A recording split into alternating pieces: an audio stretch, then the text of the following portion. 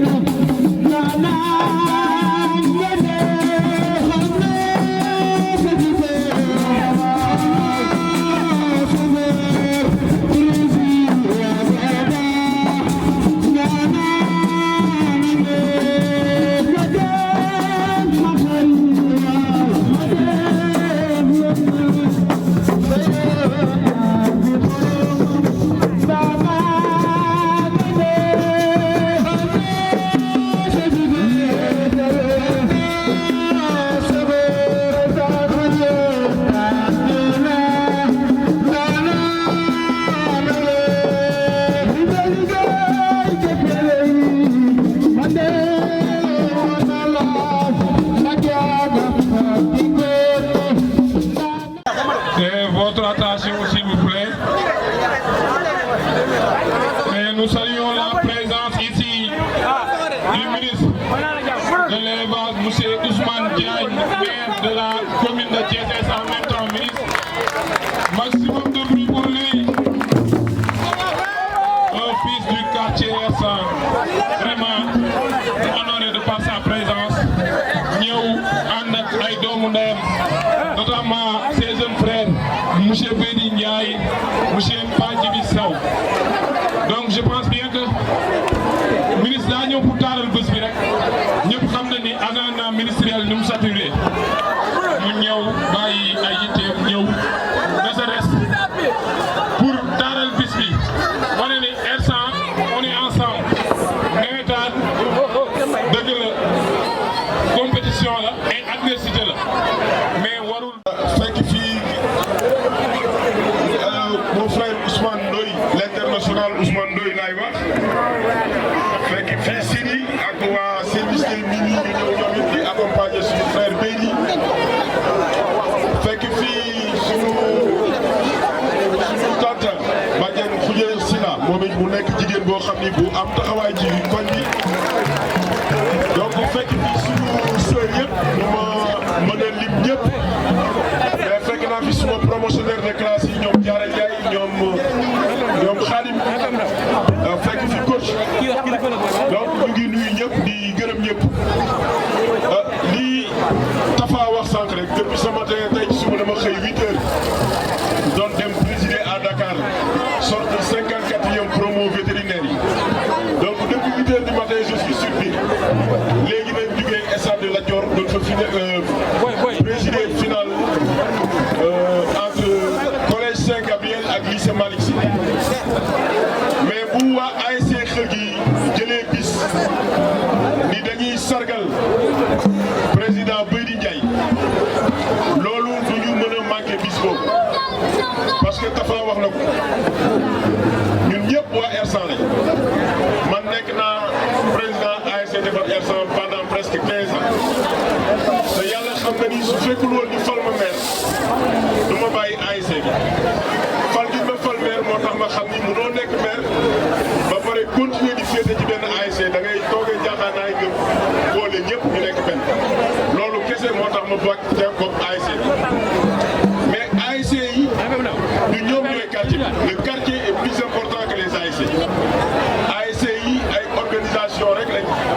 yoo xamante ni dafay permettre ñuy animer pendant nawetaan bi mais bu nawetaan bi jeexee compétition yi jeex dañuy dellu ñëpp bokk ndey bokk baay parce que Ersan comme j'ai l'habitude de le dire Ersan c'est pas un quartier Ersan c'est un gros village boo xamante ni nii suñu mag ñi ñoo doon ànd suñu frères yi di ànd ñun ñu ñëw di ànd man mu ma mel ni tey bi ñuy ñëw ci jumaa ji boo wàccaan école dañ lay wax sa papa mu ngi jumaa ji di liggéey nga jugee école daal di dem fekki paa yi ñu liggéey boo demee fa ngay fekk ñoom Baye Pathé Soumaré fa ngay fekk ñoom Baye Atou Boy fa ngay fekk ñoom Baye Mbaye Yow te ñooñu ñoo nekkoon suñu waajur tey jii njaboot yi ñu fi bàyyi ñooñu ñoo téye koñ donc Ersan c'est une seule et même famille donc lépp lu mënti xew quelles que soient les compétitions sportives quelles que soient les compétitions politiques quelle que soit la différence d'appartenance religieuse bu leen mukk ngeen perdre à l'esprit que yéen a bokk même koñ bi parce que su Tafa amee dara li muy njëkk a xalaat mooy Ersan su Amadou Lamine Diouf amee dara lu muy njëkk a xalaat mooy Ersan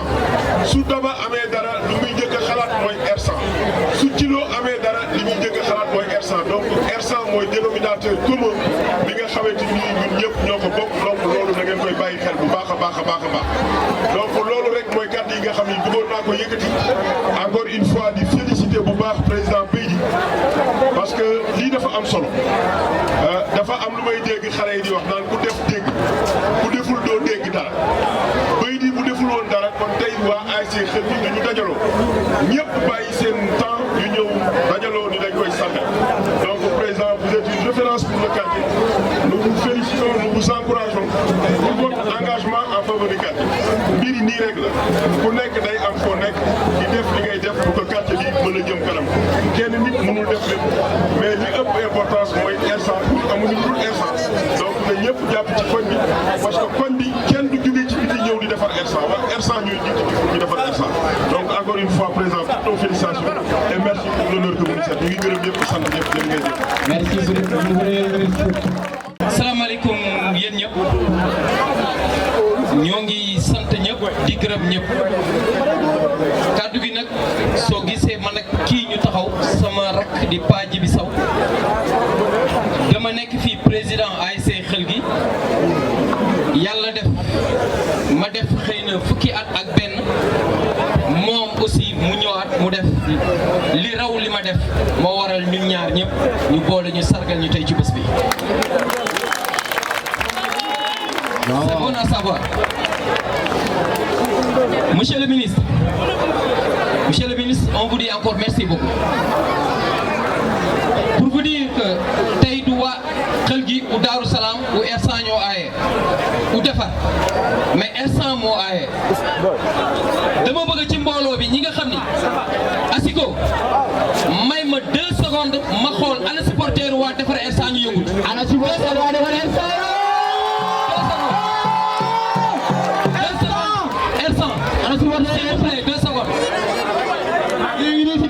Merci beaucoup.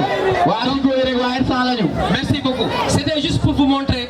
que ni fii du Bantous du Xël gi du Daaru Salaam du Réveil R100 ak ñëpp ñoo fi nekk ñoo bokk ndey ñoo bokk baay monsieur le ministre. kii tey dañoo tàmm ñun di wax benn mbir ngeen baal ma dafa mel ni xëy na ñi ñu tuddee peut-être xëy na man Haalpulaar la ñi ñu wax ñi xëy na ay géwël ñu ñoo ñu gën wala dara parce que ñoom ñooy wax mbaaxu nit ñii tey bu dee loolu la man maay doon géwëlam dinaa sant Mbaye sa kanam gëm naa ni dama koy wax bu dee ay at gaw ma ne ëppale na ma ko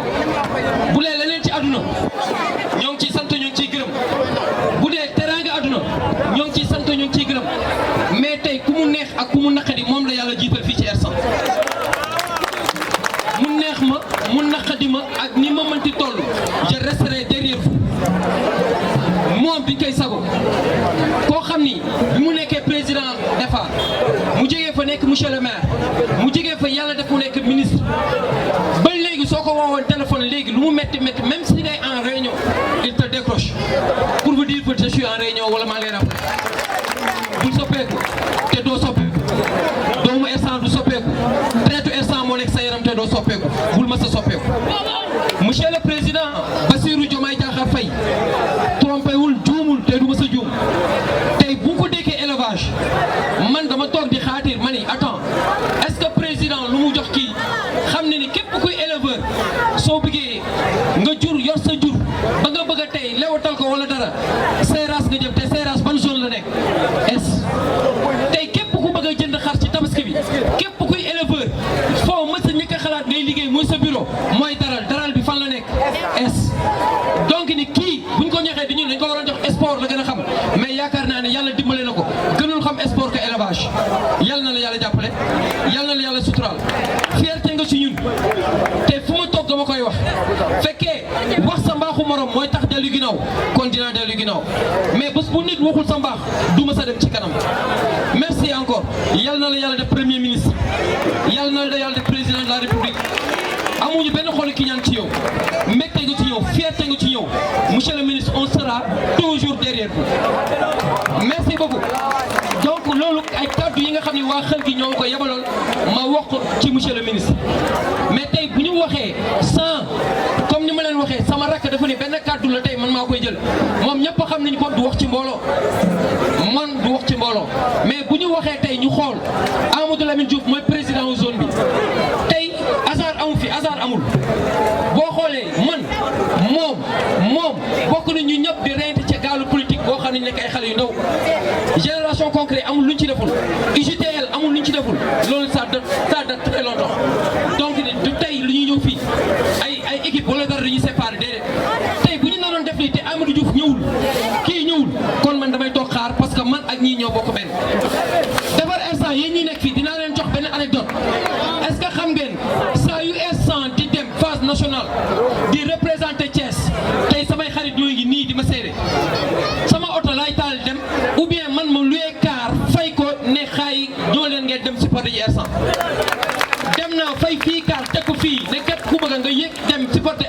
Louga toog naa waa Louga toog saaga ñëpp tey seen gémmiñ ma jóg bëgg a défendre R100 Bass Dia mi ngi nii xaw ma kan moo tey sama yére ne ma président yaa ngi xaru c'est ça donc ni man pour vous dire que ni aw ma xàjj ak seen su ma demee bay am xàjj ak seen équipe kon nekkatuma doomu R100 aw ma benn xàjj ak seen ci équipe je resterai toujours doomu R100 je resterai toujours doomu R100 waaye nag bés bu match jotee bal bi dem ci biir terrain bi 11-11 teg waaye yal na R100 door yal na xel gi door R100 100-0 yal na xel gi door Daaru Salaam yal na xel gi door ñëpp loolu ci biir terrain bi la pour 90 minutes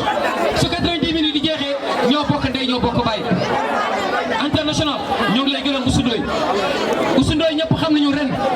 lu mu def ci équipe nationale ñëpp xam nañu conseil lu muy jox xale yi ñëpp xam nañu lu mu def ci Walidane tey Oussou Ndoye mi ngi Oslo je pense moom avec son frère Dame Ndoye duñ koy ñaanal carrière u jàmm ak salaam Douli Sarr moom ñëpp xam nañu yor na bantu xel gi yor na R100 Demba Diouf merci beaucoup Sidi Gueye merci beaucoup Tata Binde Yàlla yéen ñëpp merci beaucoup waa dox jàmm ci nawetaan ñoo ngi nii ñii ñooy dox jàmm dama bëgg ngeen tàccul ma leen dëgg-dëgg tey bu nawetaan amee réussite ñii la waaye weer la famille aussi monsieur le ministre sama tey ils étaient là ba ci njiitul Badiane Dépôt man mii may président weer la encore tey ci suba def nañ ci don de sang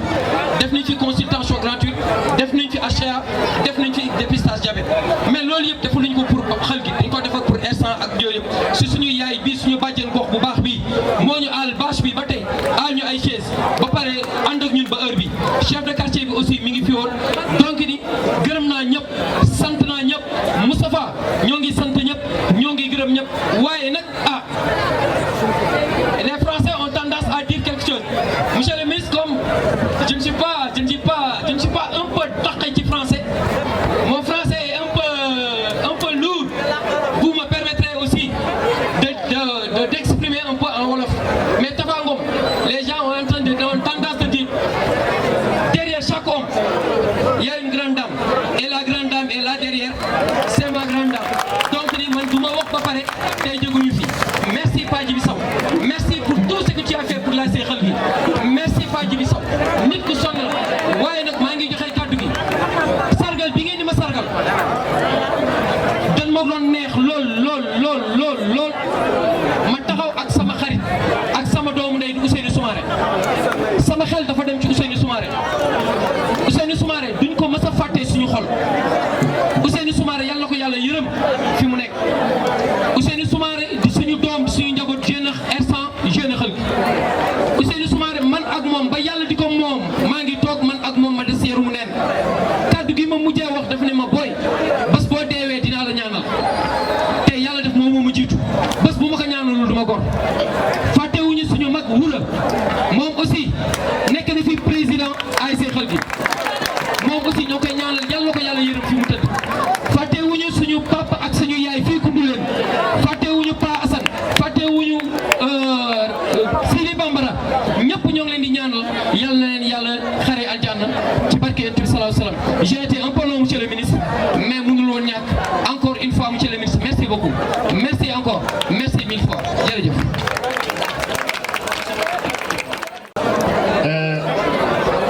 tey waxuma en tant que membre xel gi su ma waxee membre xel gi ñoom waa xel gi dañ comprendre c'est une équipe boo xam ni daanaka sama équipe la mais dafa am message bu may jàllale te message boobu di ngeen ma may ma rendre d'abord hommage à monsieur Amadou Lamine Diouf Ro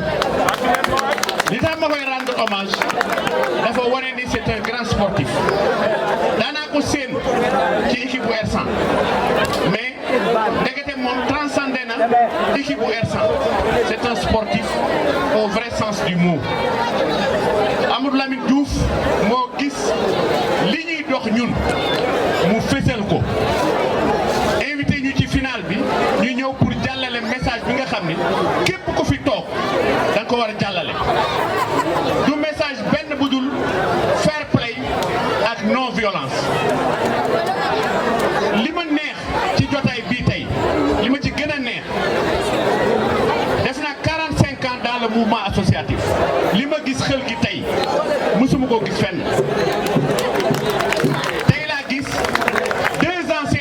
vice-président et un président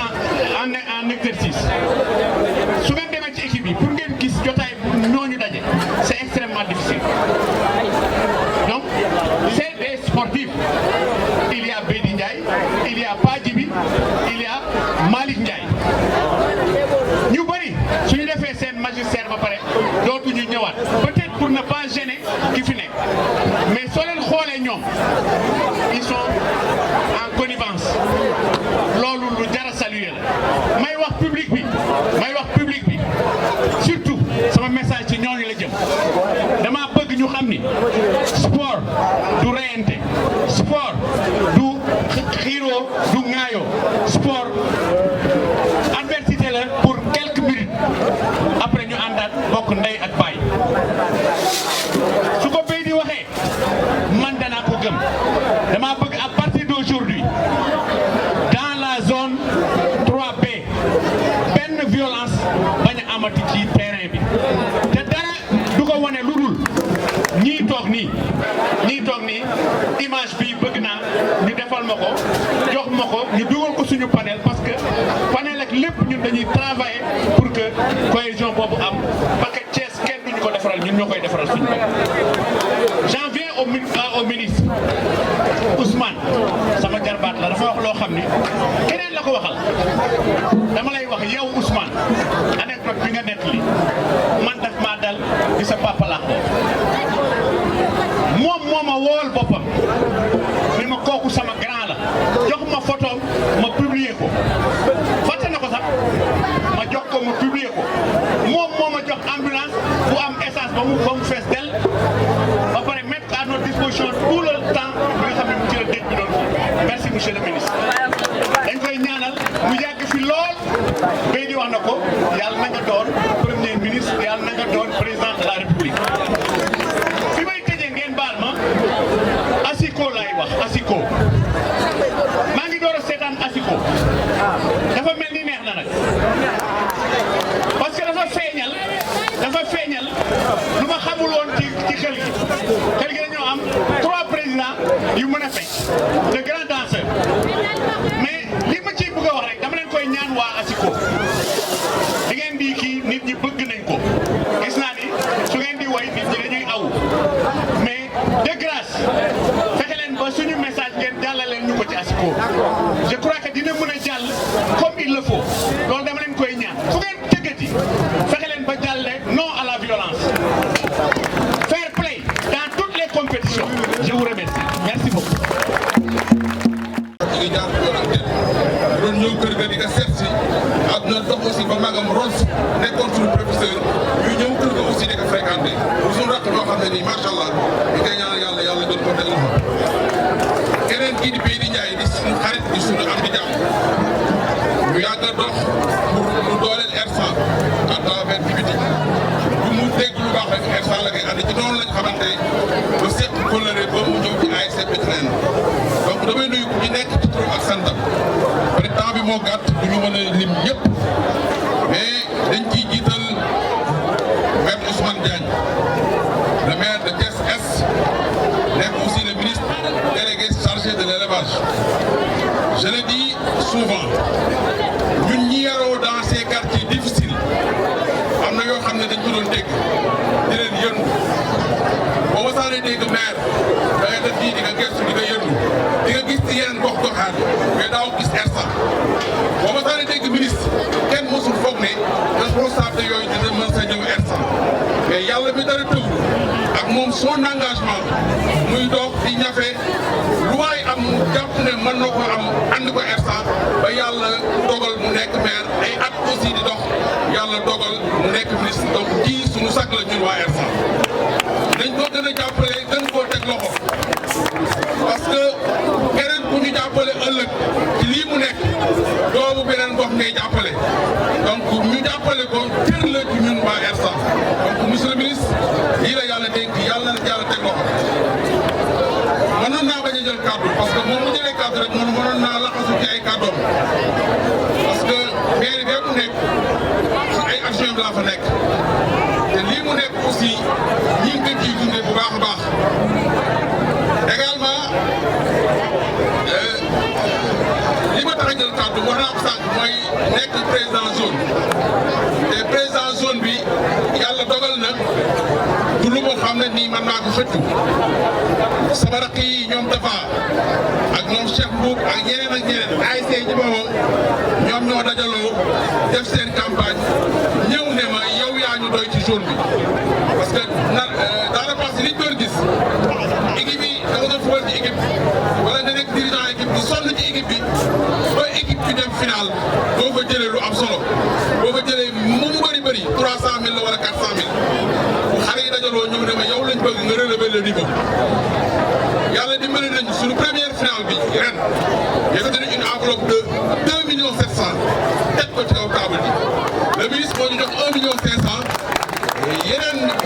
yeneen li ci topp suñuy am di jàmm ak suñuy connaissance parmi lesquels Pape Djibi Sow mi toog ak ñeneen ku ci nekk am lu mu yëkkati ñu dajale ko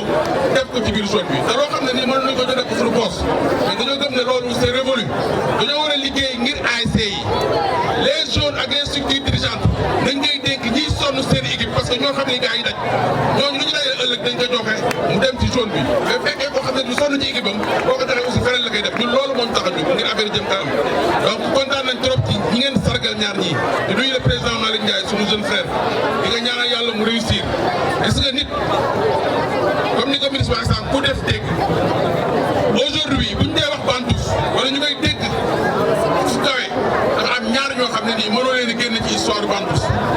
jël nañ seen xaalis def ci lu waroon dem seen kër ñu jël ko def ci équipe bi loo xam ne nii sax man peut-être am nañ mbokk bu ko soxla mais ñu jël ko def ci équipe bi muy suñu frère yi toog ngeen sargal tey muy Pape Djibi Sow ak Bédi Ndiaye ñii dañ leen di ñaanal yàlla comme ni ko sama benn xarit di waxee nit ki bu fekkee wërsëgam yaa ngi ci for tuuti da nga ko war a ñaanal yàlla yokk ko parce que bu yokkee yow di nga yokk te ñii bu ñu yokkee Bantous dina yokk donc yàlla na yàlla gën a dëgëral ñuy naan ñëpp merci beaucoup. Merci beaucoup. Je pense bien que ñu ngi jeexal allocution yi le temps ñu def remise des cadeaux joxaat waa Saay Saay Asiko ñu continuer la nuit parce que nag la nuit risque d'être longue lu leen am na voilà et pour remercier association Weer Werlé maire Binta Yali de la case des tout-petits de instant 2 nee na ñu ngi lay remercier monsieur le ministre keroog seen zeng yi bi mu naawee noonu la ma ko waxee yaa leen ko kuuleel yóbbante waa Weer Werlé aussi yóbbante nañ ay cant ak ngërëm bi ñuy def don pouponnière appuyé nga leen en tout cas merci beaucoup tamit merci beaucoup si présence et